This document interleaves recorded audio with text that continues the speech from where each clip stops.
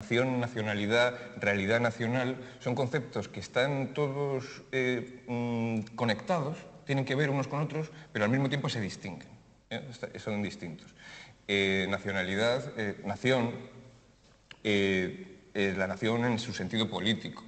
De esto, si quieres, podemos hablar más tarde, o más extenso, nación biológica, nación étnica, nación política. Es una distinción que introduce Gustavo Bueno en España frente a Europa, uno de sus libros más conocidos de los últimos años, y que sirve para clarificar todo esto, precisamente. Me parece que ese libro de Gustavo Bueno, España frente a Europa, y más recientemente, España no es un mito, puede ser una buena guía para este laberinto de la nación y de la nacionalidad. En este libro, Gustavo Bueno desarrolla el concepto de nación como un análogo de atribución y dice, el primer analogado es la nación biológica, que si uno mira el diccionario de la Real Academia, pues desde la primera edición, en 1700, finales del siglo XVIII, empieza siempre, la primera acepción de nación es la nación biológica. Se refiere al nacimiento, pero al nacimiento físico, al nacimiento de un individuo, o también puede ser al nacimiento de partes del organismo, como el nacimiento de los dientes, ¿no? Se dice, o el nacimiento de los pechos, en las jóvenes y jóvenes. En Asturias hasta hace poco todavía se llamaba a los genitales de la ganadería, en concreto de las vacas y tal, se llamaba la nación de la vaca o la nación de la yegua. Sí, y en la última edición del diccionario de la Real Academia de la Lengua, nacimiento, o sea, ahí se pone el ejemplo de ciego de nación. Por supuesto que lo recoge, es el ejemplo que viene desde el principio, desde el siglo XVIII, ciego de nación, ¿eh, Sharon? Te lo digo porque hace poco que lo he mirado todo esto para un trabajo de investigación de la facultad y lo tengo le creo, don Javier. Y lo tengo muy presente. Y aunque hoy sigue viniendo la acepción de nación, ya no figura la primera acepción del diccionario. Ha ido descendiendo, que es muy curioso estudiar cómo va descendiendo la importancia del primer analogado. Entonces, después tendríamos el segundo tipo de nación, que es la nación étnica, que es la nación... Gustavo Bueno pone el ejemplo de la nación de la que habla Arnovio en su libro Adversus Nationes o Adversus Gentes, ¿no? Son las gentes de César, de la parte exterior del Imperio Romano, ¿no? Son las tribus que bordean el imperio y que él, César, cuando lo contempla, pues ve una unidad, ¿no? Va diciendo los eudos, los tales, ¿no? Los celtas, los que sean, ¿no? Y tienen una unidad que es la que César observa directamente. Se comporta ahí como un antropólogo, que tienen la misma lengua, pues son una unidad, que tienen las mismas costumbres y tal, ¿no? En rigor en España, si fuésemos a encontrar un representante de la nación étnica, quizás, para ser riguroso, sería la nación gitana, como cuando en Estados Unidos se habla de la nación Sioux, o como cuando se habla de la nación de los belgas en las guerras de las Galias de César. Esa es la nación étnica, etnográfica. Curiousamente, entre los gitanos se llaman entre sí primos, dando a una especie de consanguinidad. Los negros de Harlem se llaman hermanos también, no se llaman ciudadanos. Tenemos, ¿no? Como aquí los 2 catalanes, minutos antes de ir a publicidad, así que nos queda la nación política. Y sería pues la tribu, esta, la étnica, ¿no? Y la política sería la nación que surge no porque cada nación étnica tenga que tener un Estado, como si hubiera una fuerza de la gravedad que lleva a la nación, a la tribu, a formar un Estado. No, la nación política es un proceso de otro tipo, proceso revolucionario, liberal, de dialéctica de naciones, de dialéctica de clases, y que tendría que ver con el concepto de soberanía y con otra serie de transformaciones de los estados en que luego podemos abundar. Es decir, las sociedades del antiguo régimen se destruyen en el siglo XIX, son destruidas y surgen sobre esos estados unas naciones políticas en las que los ciudadanos son libres e iguales, al menos formalmente. Pueden ir a votar y pueden ir todos a comprar, ¿no? Entonces, las naciones actualmente son las naciones canónicas surgidas de ese proceso.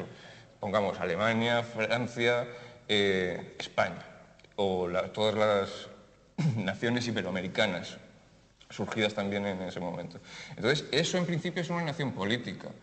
Lo que pretenden aquí en España, que me preguntabas, catalanes y vascos, sería organizar eso mismo, pero no a partir de un Estado del antiguo régimen, sino de una nación política canónica ya constituida, con lo cual serían secesiones, lo que antes se llamaba secesión, y que según esta tipología llamaríamos nación fraccionaria. que pretende desgajarse de otra nación, ¿no?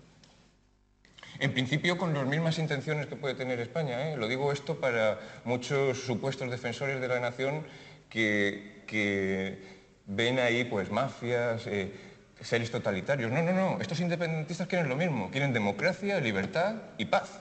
Quieren lo mismo exactamente que algunos defensores de la nación. Luego, el problema, pienso yo, que no es este de la democracia, la paz o los derechos humanos. De acuerdo con él, ¿no?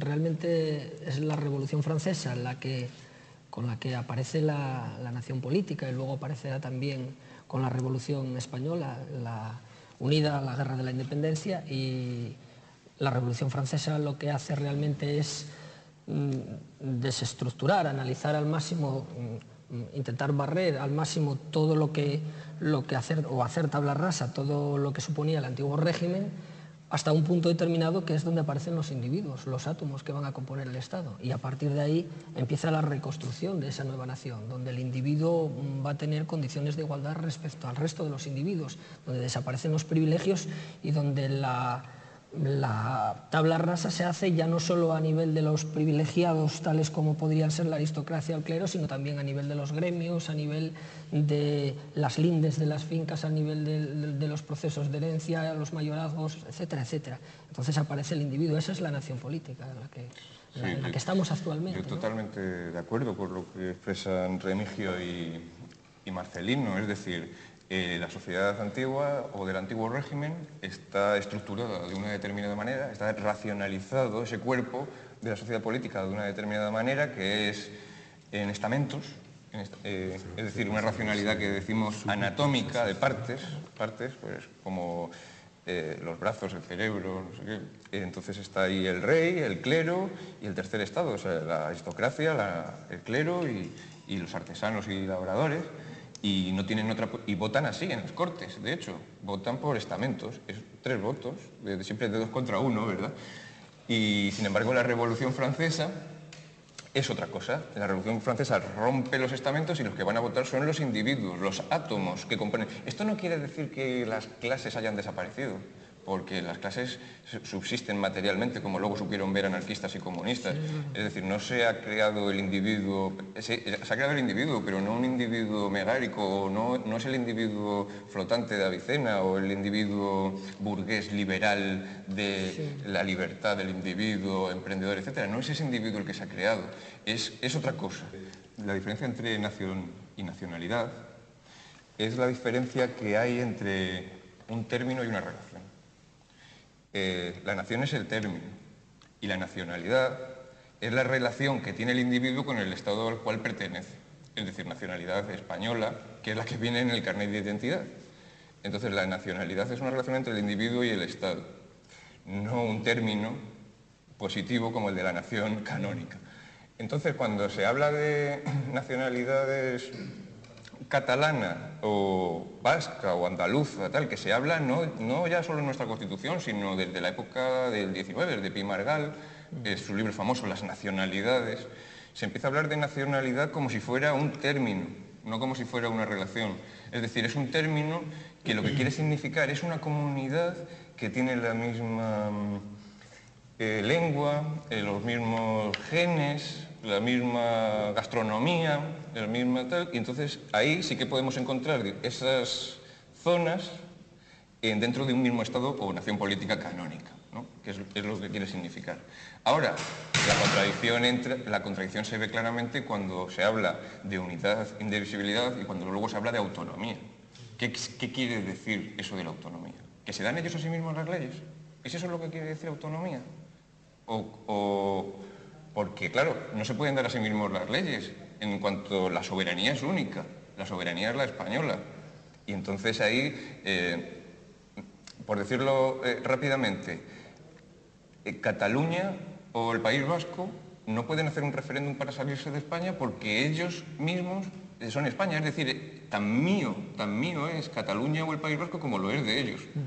Es decir, la soberanía es nacional, en el sentido de la nación política.